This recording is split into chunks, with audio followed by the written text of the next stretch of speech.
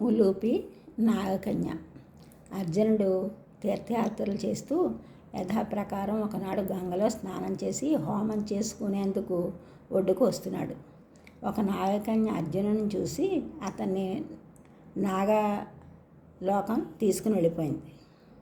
నాగలోకంలో అందమైన మేడ అన్నది, అందులో ఉంచింది అర్జునుడిని.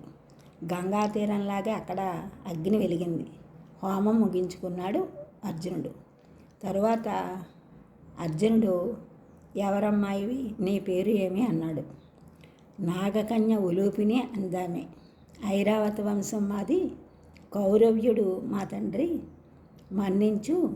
మా నాగలోకంలో నాగకన్యల ద్వారా పాటలలో ఇంతకు ముందే నీ ప్రశంస వింటున్నాను. నీ మీద మనసు పెట్టుకున్నాను. ఇన్నాళ్ళకి ఇవాళ గంగా నదిలో కనిపించావు అంది ఉలూపి. బాగుంది, కానీ మా అన్నగారి మాట మీద వ్రతదీక్షలో ఉన్నాను.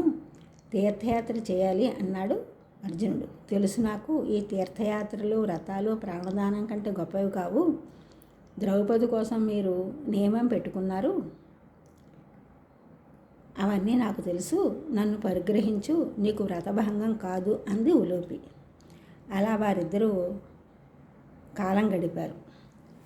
వారికి కొంతకాలానికి కొడుకు పుట్టాడు. వానికి ఇలావంతుడు అని పేరు పెట్టారు.